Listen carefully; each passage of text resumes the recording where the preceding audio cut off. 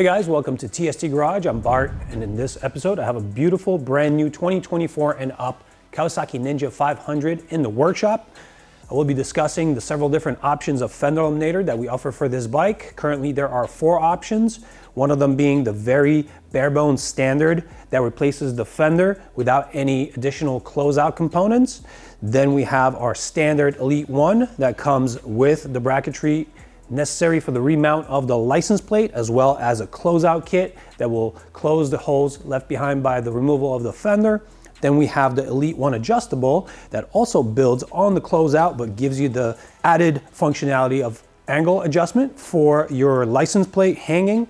And then we have our low mount that comes with the closeout that replaces the fender in its mounting position and mounts your license plate deep under the seat. That may not be for everyone. Please make sure that in your jurisdiction these things are allowed, otherwise it'll be for show bike and off-road use only. In this segment we're going to focus on the installation of our Elite-1 low mount Fender Eliminator system. The construction of these components is mainly CNC machined aluminum with black anodize, as you see in the black components, and then stainless steel for all the other components. This system does require 2 instances of permanent modification to the bike, both done to the same subtray. For the closeout to be able to be installed on the bike, we will need to trim off a little piece of that subtray. If you ever need to reinstall the OEM components, the features that we will be cutting off are not necessary for the reinstallation, so no sweat there. If you do want to restore a full OEM-like condition, then the part that we will be carving up is only like $30 from Partzilla or MR Cycles, so again, no big deal. The other instance of modifications will be necessary to mount the low mount license plate bracket onto the bike down below here. We do provide this stainless steel washer plate that's also the drilling template.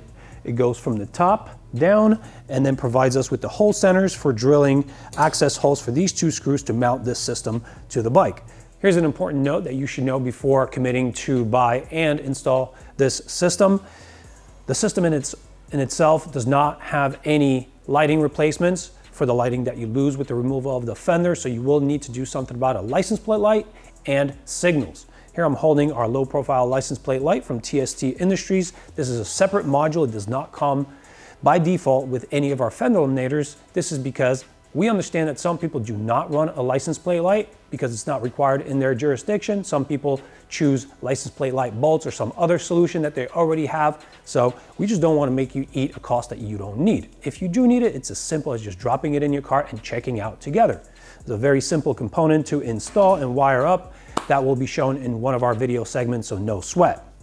The other lighting component that you do lose when you remove the fender is your signals. The OEM signals on this bike are very floppy and they look a little bit dated, in my opinion. We do have several different types of signaling equipment that we do sell here at TST Industries. Here I'm holding the Quadrix lamp. It's very nice, it's sequential, it flashes from the center towards outboard, and it has a very nice techie design. We do have some other simpler ones, some wilder ones. So if you check out our website at tstindustries.com, you will be presented with all of the options that are available to you, and you could choose from there. This video is shot in early 2024. The bike just came out. We don't have an integrated taillight for it yet, but we are working towards designing it, and later on we will be launching that part. So for those of you looking for an integrated taillight, at the beginning of 2024, when this bike launched, we did not have it, but we are working towards the design and we will be launching that taillight sometime soon. Now with all that yapping out of the way, let's go grab some tools, rip into this bike and start wrenching. In step 1, we'll be removing the license plate off the bike and also keeping the hardware. We will be reusing this hardware on our new Fender Eliminator. This step will be followed by the removal of passenger seat and subsequently the driver's seat. This is done via a cable pull that is located right below where my fingers are under the black shroud. Pull that towards the rear of the bike and that releases the latch here. From top view, you'll notice that I have this tray removed. I typically do this on the Ninja 400 and 500 vehicles. I just like the extra space here and the extra access I have. If yours is in place, it's going to be here and latched in. All you have to do is unlatch it from the rear, rotate it to the front, and then you'll either put a bungee on here or you just deal with it hanging. I like to take them out because there is no purpose for me. Down below that tray, we have the fender lighting coming in through this window, through some rubber components that we'll be taking out, and it's connected inside this boot. Now, I'm gonna pass my hand underneath here and try to get that boot down towards the front of the bike. Expose a little bit of this wiring here. There we go. Now we have access to the connectors, the gray and black connector of this type here. Those are our signals. The unlock feature on this connector is right here. That needs to be pressed in. I'll unlock the connection and permit the removal. Once these guys are out, we have access to this last one here. This is our license plate light connection. After these guys are disconnected, we have access to the last one here. This is your license plate light connection. It does have an unlock feature here on top. Let me take that out and show it to you. You press down on this tab and that releases it from its window, and that'll withdraw. And now all of these connections are undone. If you are going to be running a license plate light, we will need to wire that into the harness connector that was connected to this wire pair. The red is positive, the black is negative. Lucky for us, our TST Industries license plate light has the same color code, so it'll be very easy to identify what to plug into. Just keep in mind, this connector receiving end on the harness is what will be the receiving place for our license plate light. We will ditch this rubber grommet from this subtray component here.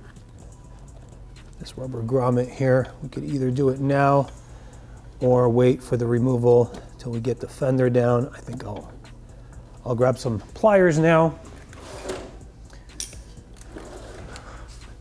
I'll use needle nose pliers to grasp it and pull up on it. Once it clears out of its pocket, you'll notice that it does have a split on the leading edge here that can come out. Now we can get the connectors and wires out. Now they're all the way at the bottom of the bike, and the remaining step for the removal of the fender will be to remove these 4 fasteners using a 5mm Allen.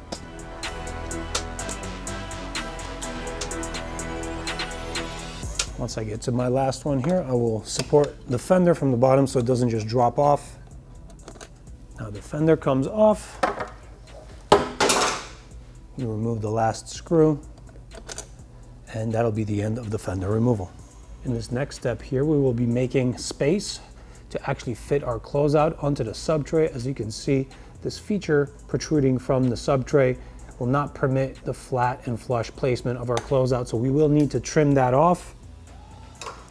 One of the tools that this is possible with is a cutoff wheel on a Dremel. That can do the job, but it does jump around and it melts the plastic. So I've opted to use a very, very sharp brand new box cutter blade. If you go over and over and over the cut line, you can penetrate through, and this leaves the nicest, cleanest cut. So we're basically going to focus on using the crease in between the surfaces of the protrusion and the flat place right perpendicular to those walls. That's going to be our cutting guide, and you could just start with light scores and we'll get a little deeper as we progressively get through the thickness of that material.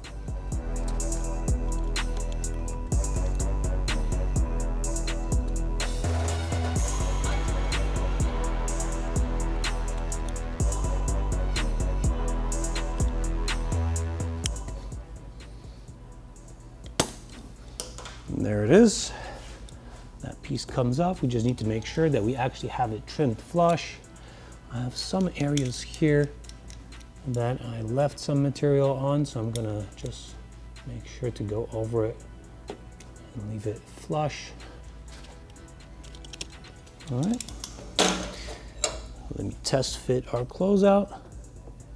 It does fit flush without anything lifting it off the surface. So we now move on to actual installation of the subsequent steps. The next step in our flow here will be to mount our undertail closeout here in this place. Since we are doing the low mount Fender Eliminator here, this hole will need to be closed out. This is typically used for passage of wires from the outside to the inside for license plate light or signal lamps. Since we are not hanging anything in this area, we do not need that hole, so we will block it off. The hardware baggie that comes with our closeout set includes this little countersunk screw that fits in here and makes itself flush to the cosmetic surface, and that gets capped off with this little M5 flange nut. Flange goes on first. Get that engaged. Grab a 3mm Allen and an 8mm wrench. Here I'm using a ratcheting box wrench for this purpose. Get it nice and tight. As you can see, it's nice and flush. And now we can superimpose this on the undertail. Grab one of the large countersunk screws, fit it through one of the holes here. Drop a large washer on top of that, on top of the frame.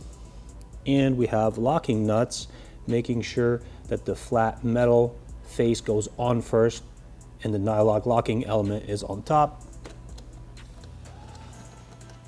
We are going to do 2 of these, just engaging the thread for now, and I will tighten it up when I have both of them in place.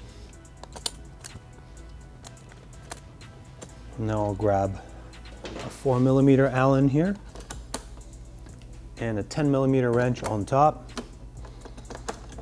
In this case, I'm using a socket. Preserved a little bit of adjustability here so that I can make sure that it pops in to its recess, and then I could just make sure that it's aligned and centered. And once we achieve proper cosmetic look here, we could lock it down by tightening it down all the way. All right, and that's the end of the step for the closeout. We will now grab this component that is a template slash washer plate that goes on from the top. We will drill through these holes to make access to screw our hinge bosses down, and we will build progressively the whole license plate bracket in this place here. Let's jump up top. I have chosen a minimally invasive way of performing the next step, so I will not be removing this center shroud. That just requires a lot of component removal. Sides have to come off, a lot of stuff would have to come off. We have just enough access here to make the installation and make the access holes and everything. So that will be our goal here. This harness run here is routed through a cable management device that sits on the frame here. We will need to knock that out. I'm going to use a flathead screwdriver on the head of this insert, and then I'm going to knock it through with a hammer. Now we can actually deflect this part of the harness a little bit. We do have some tension from the top. All right, well, we will have enough movement to drill around that, I believe. So, no big deal. Let's grab our plate. This J-looking section will go on the right side of the bike. It will register on this plastic piece. So this plastic piece will slide into here. And then there is another plastic tab under here that you can't see, but you can feel. This notch will drop into that. So let's go under the harness run now. Gonna use my screwdriver on this hole to push it up as far as it'll go. Now that J tab, the little notch, is up against this plastic tab as far as it'll go, and everything's looking good. The left side is registered against that notch that I showed previously. Now we can go ahead and grab some eye protection, 1/4 inch or 6mm drill, and I'm going to center my drill bit inside the template hole and perform the hole drilling. I like to go very slow so that I don't penetrate with a lot of force. If I do penetrate with a lot of force, chances are I'll damage this part here. Okay, that's looking good. Now, again, making sure that I am up as far as I'll go. We'll need to find the hole in the template on the left side of the bike here. This harness is still in the way. I'll have to deflect it and hold it deflected like you see here. I'm gonna have a sharp tool close to my hand, so I need to be extra careful here, but I do not want to let it go because there's a chance that we will ride the sharp edges of the bit against our harness, and you really don't want to damage the harness. That's a pain in the butt to fix later on. So we want to avoid that as much as possible.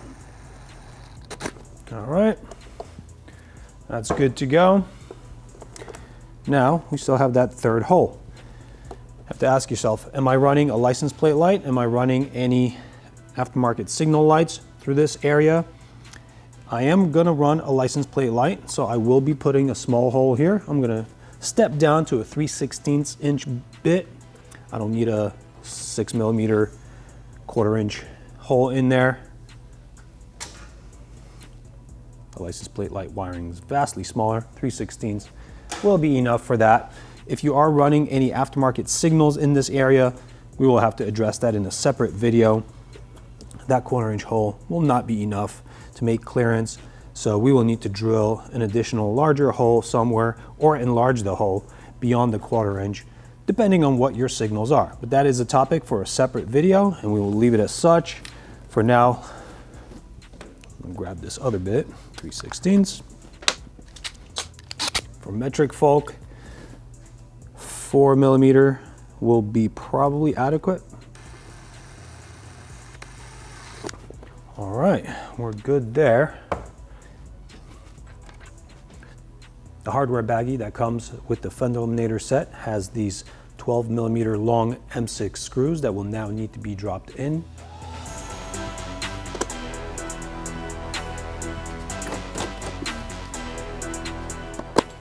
Okay, those are good to go. Now we could hop to the bottom of the bike and start assembling the adjustable license plate bracket on the bottom of these screws. Two of the components that we received with the license plate bracket set are these hinge bosses. They do have a curved face and a straight face. We are going to screw them in like this with the curved face facing the back of the bike. We do have machine threads in here and in here that will need to get a little bit of thread locking agent on them. I'm using blue medium strength thread locking agent. This prevents the screws from backing out from road vibration and engine vibration. That's very important to put that in there, otherwise you may lose your components. Thread this on, and then I'm going to use a 4mm Allen from the top, and once I get it seated, I'm going to grab a 10mm open-ended wrench. We designed this component to fit that 10mm wrench. This will enable us to hold this hinge boss with its main plane parallel to the center plane of the bike. You want to make sure that the axis of rotation of both of the hinge bosses is collinear. So let's quickly do this to the second one. It'll be easier to adjust them when they're together next to each other.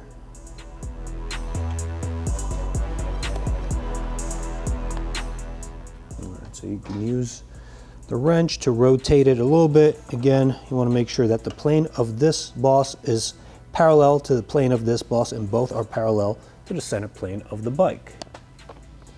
Tighten this down. Adjust and tighten the right one. Now I've already applied the thread locking agent to these threads as well. Those are the threads that will receive our L brackets. Now on our high mount version, we mount these brackets like this because we want the license plate in this configuration. Here we have to reverse that. We will have to hang the license plate in this configuration. So here we will use a small washer and another M6 by 12 screw. The hole in the L bracket will pop onto the shoulder boss here, and that will register it for proper hinge action. 4mm Allen here. Before I start tightening down on this, I will make sure that the hole registered onto the shoulder, and leave it here. We'll adjust that a little bit later. Repeat the steps on the other side.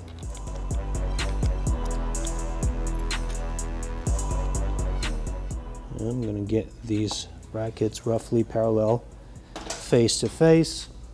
Now we'll have the opportunity to hang the main flat bracket here. So it looks like the outermost holes are the holes of interest for us. We're going to use the small countersunk screw in this location, capped off with a flange nut on the other side. The flange nut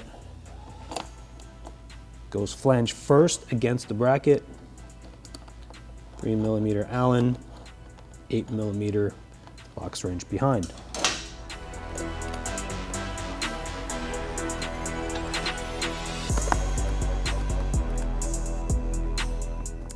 Okay, I still have some adjustability here.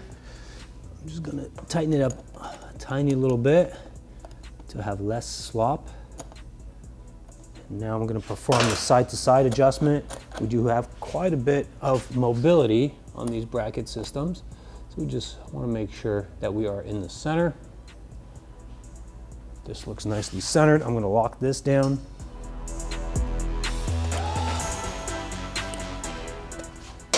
All right, so we still have 1 degree of freedom here in the hinge.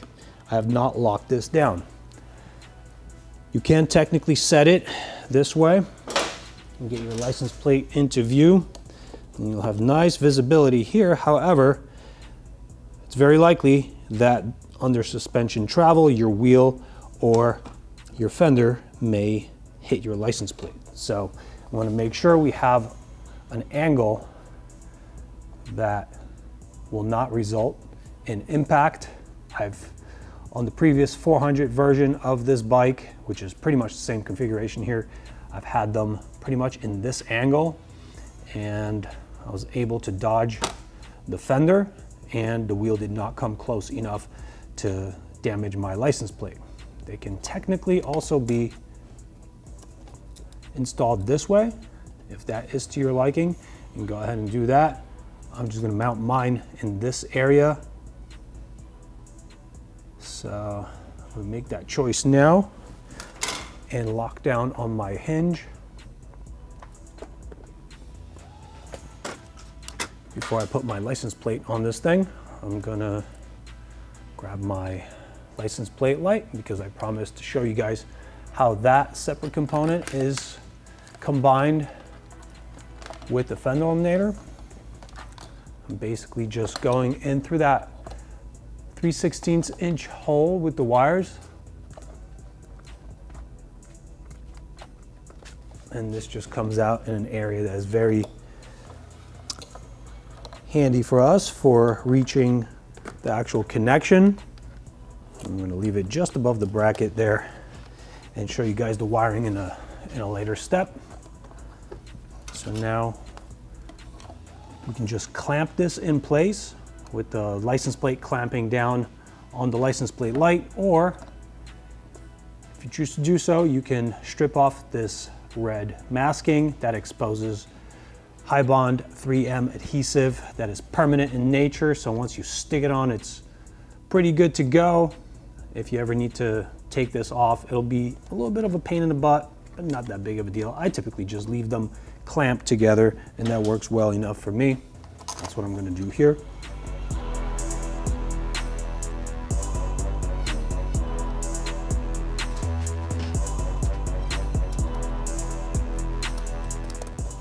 I just bottomed that out, but I didn't tighten it just yet. Going to make sure that it's hanging level and symmetric side to side.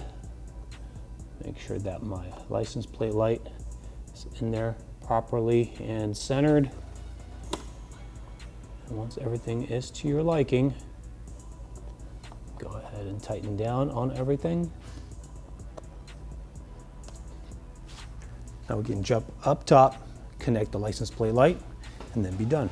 During the removal of the fender, we worked inside this boot, and there was a connection there for the license plate light. I'm going to forward this connection all the way to the front here because we have very short wires in there, and it's going to be too cumbersome to work from this angle in the trunk. So we're going to have a much easier time up front here. I'm going to get this boot off of our connectors, just forward it up the line. What we're interested in is getting maximum length of wire exposed for this connector, and that is a little tough to do because of how this bike is configured. So it is going to be a little cumbersome, but no big deal. If we pull back on the boot, we have enough wire exposed here. Like I said in the beginning, it's going to be red to red, black to black, like so. We are going to take the larger cap off of our posi-tap connector to expose the slot that will insert onto that wire that we're trying to connect into. Then we're going to thread this portion back on. It does have a tiny little piercing element in it that will pierce through the wire shielding and make a connection into the conductor in there. I'm going to pre-configure both of these before I run the wire and start making the connection. I like to stagger these, not place them side by side.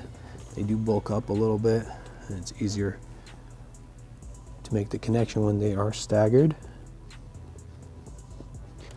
All right, now we can choose to either leave the entire length of this wire, possibly bunch it back up and use the same wire tie that came with the license plate light kit, like this, and just take up the slack here. Or you can actually cut this down and restrip some wires, just cut it down to length. For our purpose here, I think this is the easiest and acceptable way to do this, so why not? All right, now to make the connection into our preset posi taps, we are going to remove the smaller diameter cap. We're going to feed the wire that we're trying to connect into that wire through the unthreaded portion. Make sure that it sticks out from the threaded portion, and then thread this back in a way that when this is bottomed out, once the cap bottoms out, it retains the wire in there through clamping against the other conductor that's within the posi tap. Give it a little tug test once you've bottomed it out. If it doesn't come out, the connection is made. I'm going to repeat on the black wire.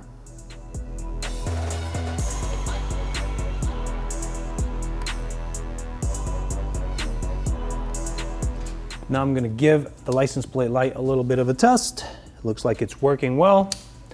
and put the seats on, and then the job will be complete.